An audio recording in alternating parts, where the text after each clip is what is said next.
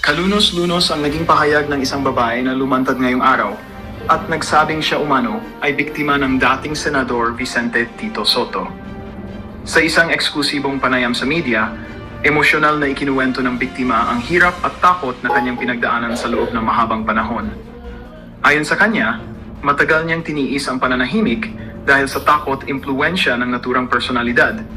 Ngunit napagpasyahan niyang magsalita upang ipaglaban ang kanyang karapatan at mabigyan ng hustisya ang sarili. Matapos lumabas ang panayam, agad na nag-viral sa social media ang mga video clip ng kanyang revelasyon. Maraming netizen ang nagpahayag ng galit, pagkabigla at pagkadismaya sa mga ibinunyag ng biktima. Ang ilan ay nananawagan ng agarang investigasyon mula sa mga kinaukulan, habang ang iba naman ay nananatiling nagdududa at hinihintay ang opisyal na pahayag mula kay Sotto. Samantala, ilang kilalang personalidad sa politika at showbiz ang nagpahayag ng suporta sa biktima at nanawagan ng respeto at katarungan sa gitna ng kontrobersya. Sa kasalukuyan, nananatiling tahimik si Sotto hinggil sa issue, ngunit inaasahang maglalabas siya ng opisyal na pahayag sa mga susunod na araw. Habang patuloy na umaalingaw-ngaw ang usapin sa buong bansa, umaasa ang publiko na mabibigyang linaw ang katotohanan sa likod ng nakakagimbal na mga paratang. Tila isa itong paalala sa lahat na walang sinuman, gaano man kataas ang posisyon, ang dapat ituring na higit sa batas at sa katotohanan.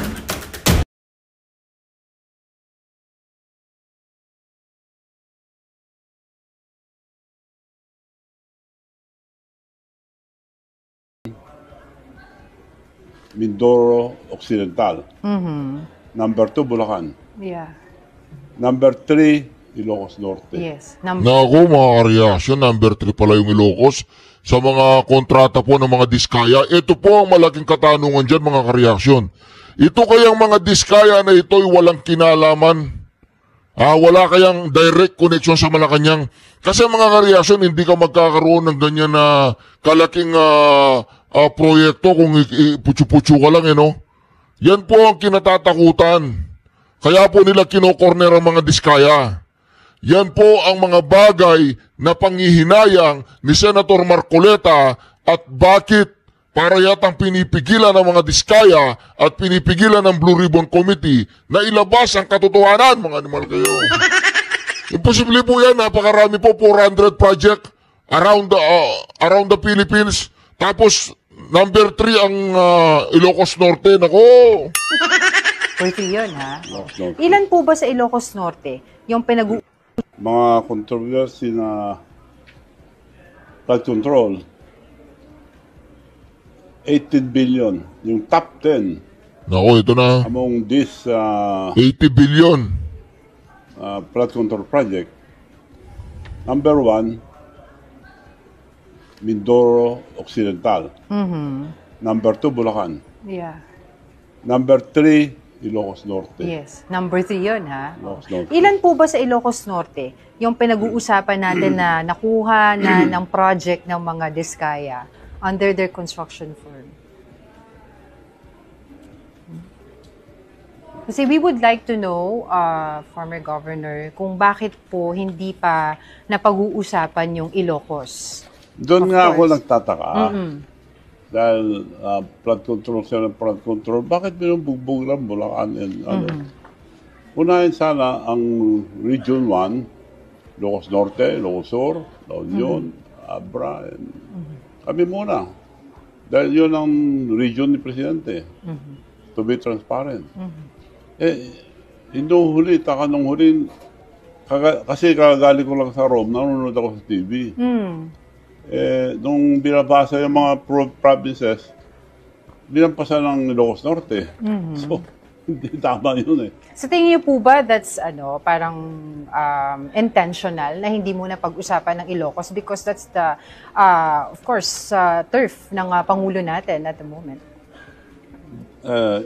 To me, I'm sure it's intentional dahil they're supposed to be transparent. Leadership is transparency, accountability. Dapat ipakita ng presidente. Una, kanya. Wala. So you think it's intentional? Bakit po? Sa tingin niyo po ba may tinatago doon ng Pangulo? Palagay ko, dahil hindi pinupuntahan eh. Huwag na kayong lumayo ka ako, punta kayo sa Ilocos Norte. Maraming nating nagsusumbong doon ng mga project na ganoon din. Substandard. May mga picture pa ako pinadala.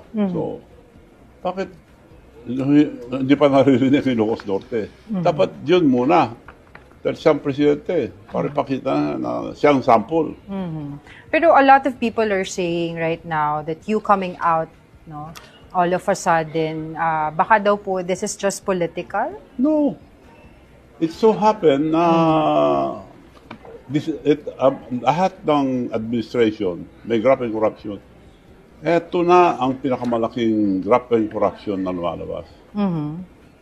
Sumama ako sa kanya to campaign for him dahil akala ko nagbago na, hindi na kagaya yung tatay niya na ang issue nga,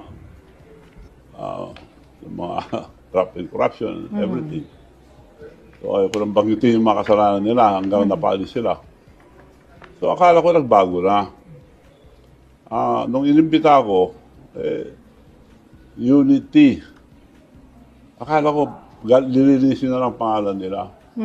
Hindi, nilampasan pa niya ang tatay niya eh. Yeah, I remember that you were Kaya- one of the staunch supporters of Unity back in the 2022. Yes. Sumasama po kayo sa mga Ako nag-umpisa. campaign. Ako nag-umpisa.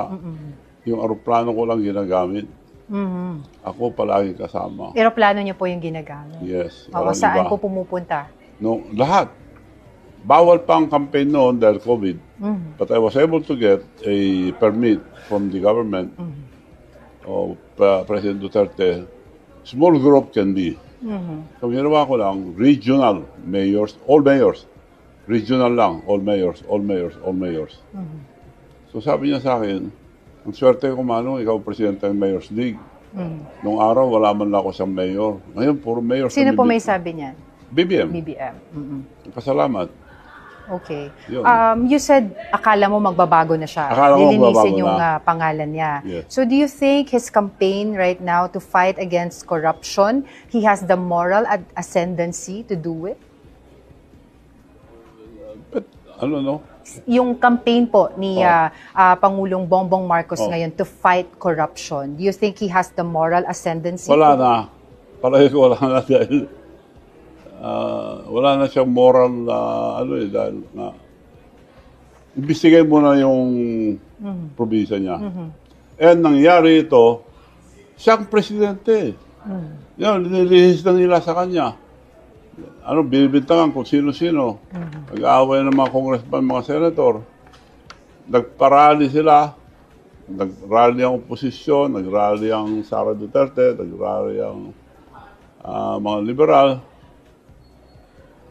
Mga ni Marcos, nanggulo lahat.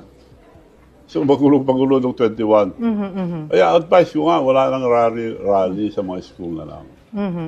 Pero balikan po natin yung usapin ng rally na yan. But I want to go to the root cause of your, can we say, tampuhan kay Pangulong Bongbong Marcos. Kasi sabi nyo nga po, staunch supporter kayo noong 2022. Saan po ba nag-ugat yung parang hindi po ninyo pagkakaunawaan? Hindi ako bimik. Binastos ako sa Japan. Meron po ako gustong papanood sa inyo ngayon. Lagi po niya sinasabi yung binastos ako sa Japan. Oo, masakit yun masakit yun. Masakit yun sa isang tao na tapos eroplano niyang ginagamit, yung tricycle. Eroplano yun gasolina lang nun, tsaka eroplano yun Tricycle? Para kay Bongo. Naku. Siguro sa tingin nila, tricycle lang yung eroplano no? Ito po ba yung event na yon? Sandro. Hindi ako pinansin. Ano sabi na siya? Kaya po, ito pong delegasyon namin ay dinala namin dito sa Japan. So, Yun po yung Japan na Japan. event sa Japan. Oh, Oo. bago-bago lang So naman. there po, we've seen... pero hindi ako nagtampo. Nagkikiusap pa rin ako. Oo. Kinausap pa ako na tawagin ko yung kaibigan kong may-ari ng Daewoo sa Korea. So, inibita ko para sa kanya. Sinabi niya lahat yung mga project na gusto niya. Will pinasol, Mr. President. Dahil doon tayo kumukuha ng mga funding. Pagtapos po nung event na yon, nag-usap pa po ba kayo? Yes. Oo. Nag-uusap naman. Oo. Did you tell him na hindi po kayo na... Hindi. Hindi na. Hindi, nakakaya eh. Oo. Pero yun, although doon po insulto ninyo ako, masasabi na insulto po kayo. Tumahimikan ako. Oo. Pero kung hindi po nangyari yon, will you be here talking about flood control projects in Ilocos? Well, hindi lang naman yun eh. Dahil nga, ang pagsasama ko sa kanya, ginamit ko lahat ng mayors, lahat ng konsehal, yan ang talagang tumulong sa kanya, mga Council of League of the Philippines. Dahil akong naging presidente nila at wala silang official president na pumalit dahil nagkagulo yung eleksyon nila. So, nakukontak ko sila araw-araw, councilors, mayors, and of course, the governors, because chairman din ako ng governor ng araw. So, ako lahat nagkukontak. Okay. So, let's say for example, humingi po ng paumanhin sa inyo, busy lang, kunwari, si Pangulo at that time, hindi kayo napansin. Patatawarin nyo ba siya? Itutuloy nyo pa rin po ba itong mga Now? expose nyo? Yes. Too late. Too late. Hindi na pwede dahil na may nangyari na eh. Okay. So, ano pa po yung gusto nyong sabihin sa kanya? Well, ang gusto kong sabihin sa kanya, ngayon lang nangyari itong mga graft and corruption na pinakamalaki. Kasi lumalabas siya, nagsabi, pero para sa akin, kung may delikadesa siya, dapat mag-resign siya dahil siya it's his command responsibility. Lahat ng gulong ito nanggaling sa mga tao niya eh. So you're calling sa tao for him niya, to resign? hindi pa natin alam kung anong naman yung probinsya niya. Dahil sila tatlong pinakamalaking flood control. So, masyadong gawin pang repair, hindi na pwede. Paano maniniwala ng tao sa ako nga, walang isang salita ang isang tao? Walang maniniwala dyan. Hindi na siya pwede. Okay. So, the only way, for delikadesa, mag-resign siya dahil wala nang kinabukas sa mga kabataan, tuloy-tuloy ito. Takipan. Ibig sabihin, yung mga nangyari, wala na. Walang pinupuntahan eh. Okay. Nag-resign, tama na, nag-resign si ganito. Tapos, dinala yung pera sa Aguado ba yun? Marami sa Malacanang, hanggang doon na lang. Pinag-uusapan po yung contracting company po ninyo, Yes, yung Satrap. yes. Which is sino po ang may-ari nun? Ang construction company, negosyo pa tatay ko yan. Inaamin ko yan, pero nung akong governor, nag-divest ako. Nag-divest po kayo? Yes, nag-divest kami lahat. Okay. Pero ngayon, kasi meron po din mga issue na, of course, yung anak po ninyo na nasa kongreso din, mula 2013, if I'm not mistaken. Yung brother daw po ni si Ronald Singson has been serving Ilocos Sur 1st District Representative from 2013, 2016, 2022, 2025, and present, no? So, hindi po ba yun pagkakaroon din ng conflict of interest? Dahil ito pong Satrap ay may mga ilang government transaction. Yes. Doon wala sila sa pwesto, doon mag-aral lahat sila. Kapatid ko, anak ko, doon lahat nag-aral. So, pero walang conflict of interest. Kung may kasalanan sila, they can file charges. Pakulong ko yung anak ko kung may kasalanan. So, you're calling for the resignation of PBBM? Yes. Nabanggit nyo kanina. Dapat mag-resign na siya. Dahil wala na tayong kinabukasan eh. Sa pambubuno niya. Kapag nag-resign... Sabi niya, wala siya kasalanan. Eh, ang budget, siyang tumitingin, review, tapos ibibigay sa mga kasama niya sa Congress and Senate. Siyempre sinusunod. Kung may binawasan, ibig sabihin, tolerated niya or hindi niya alam. Kung hindi niya alam, anong klase ng presidente kung hindi niya alam? Pero nangyari. Yun ang importante yan, nangyari. For 3 years now. Bakit na-tolerate? So, pag nag-resign po siya, hypothetically, ang papalit po ay si Vice President Sara Duterte. So, will you support her? Do you support? That's the time na usisahin naman natin siya na meron Impeachment, tuloy yung impeachment. Kung may kasalanan siya, parusahan din. Para lahat, wala tayong kinukunan. Dahil Kaya nga ang suggestion ko, ang mag-lead ng movement for a peaceful revolution, yung mga kabataan.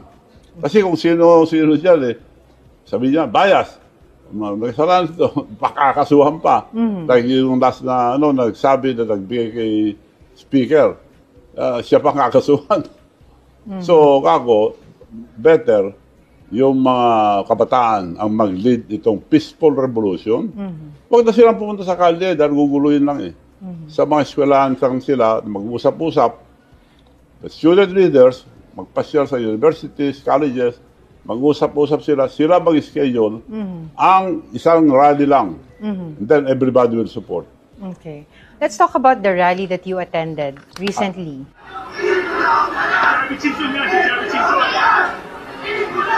Yan ay mga nanggugulo.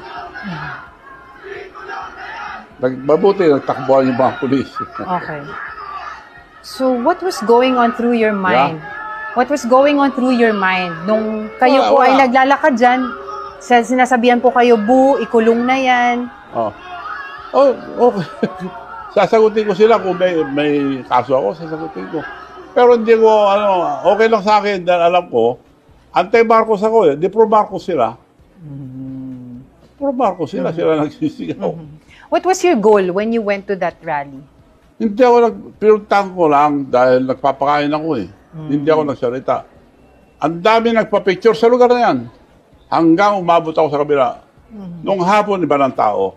Yung mga takdog na dumating doon. Ginugulo na nila yung rally ni Duterte.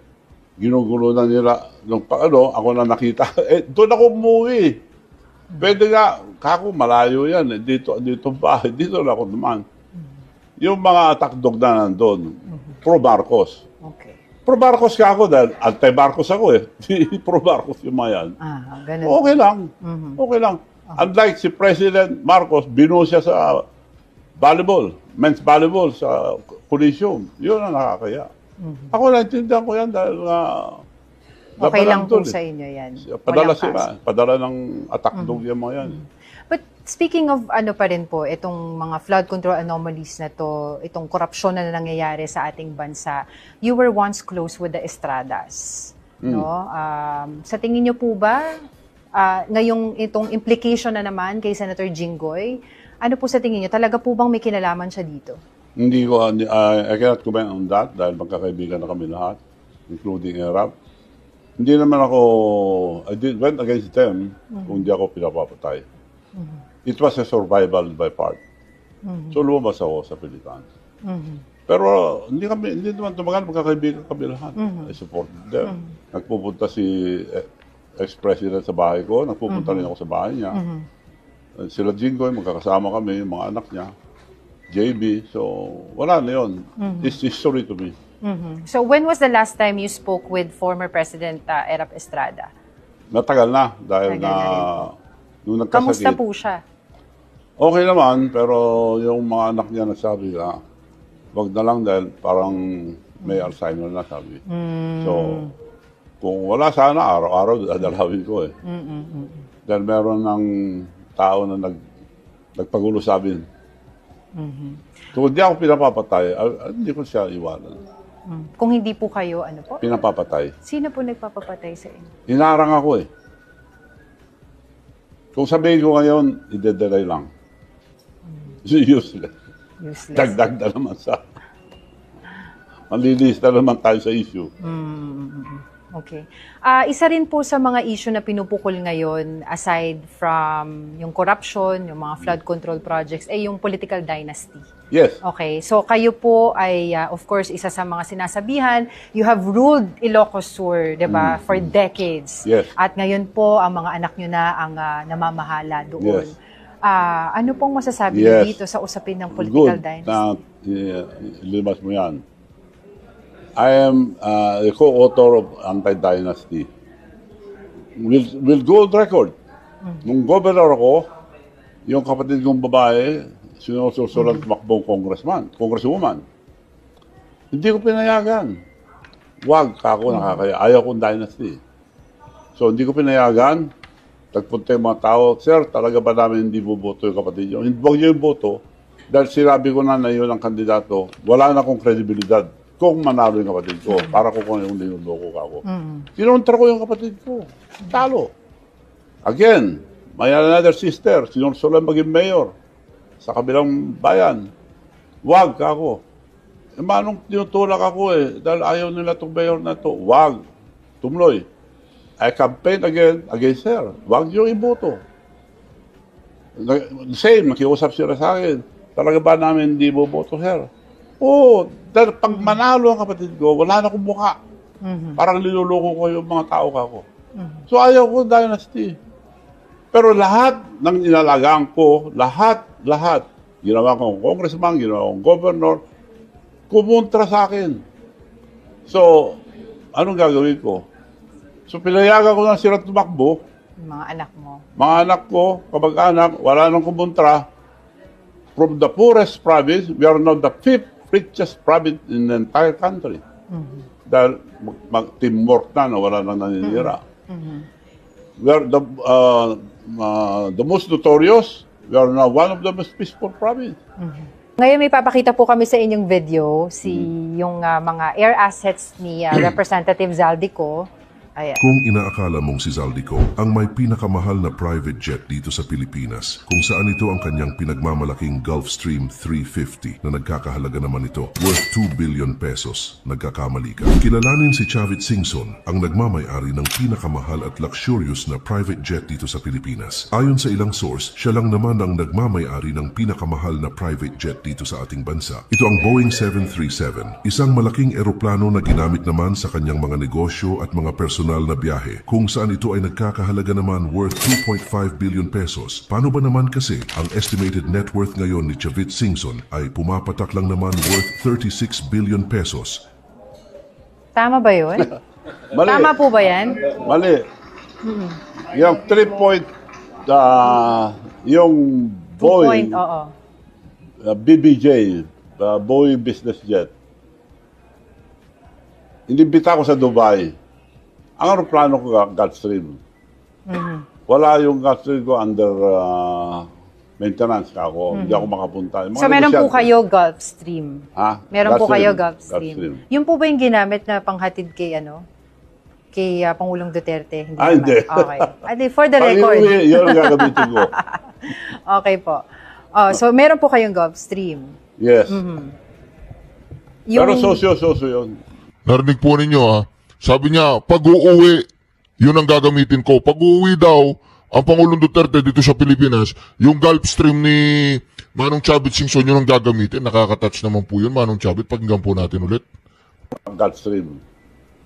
Wala yung Gulfstream ko under maintenance ka ako. Hindi ako makapunta. So meron po kayo Gulfstream? Ha? Meron po kayo Gulfstream. Gulfstream. Yung po ba yung ginamit na panghatid kay kay Pangulong Duterte? Hindi naman. Hindi. Okay. Adi, for the record. Yun ang gagamitin ko. Okay po. So meron po kayong Gulfstream. Yes. Pero sosyo yun. Marami akong hindi lang po ikaw yung may-ari lang nun. Yung worth 2.5 billion na aeroplano na BBJ, may bedroom, may CR. Siyakyan ko. Padala ng mga tiga-Dubai. Dahil nung inimbitan nila ako, nagdahilan ako, wala yung aeroplano ko, ako under maintenance. The following 2 weeks, inimbita ulit ako. I'm sorry, my pilots are under retraining because my pilots have to retrain every year. Nagre-retrain. So, nung rason pinadala nila yung jet nila, yun mismo yun. Pinadala para sundin ako. Sumakay na ako, nakakayata.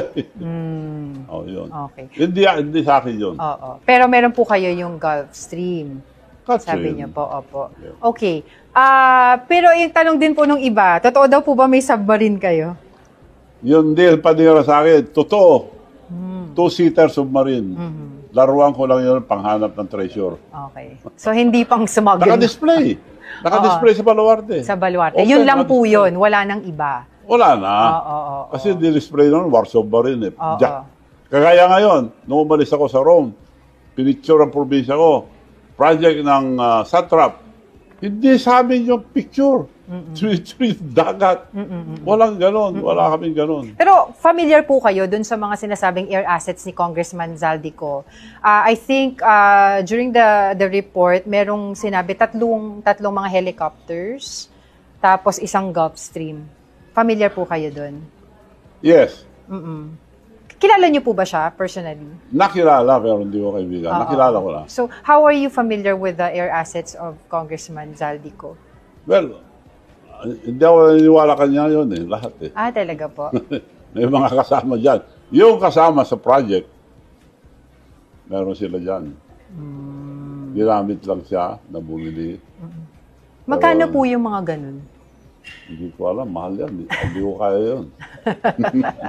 Well, Pero ako, may pinanggalingan dahil kami, bata pa ako nagtatrabaho na ako. I was the biggest trader of tobacco during the height of the Virginia tobacco industry.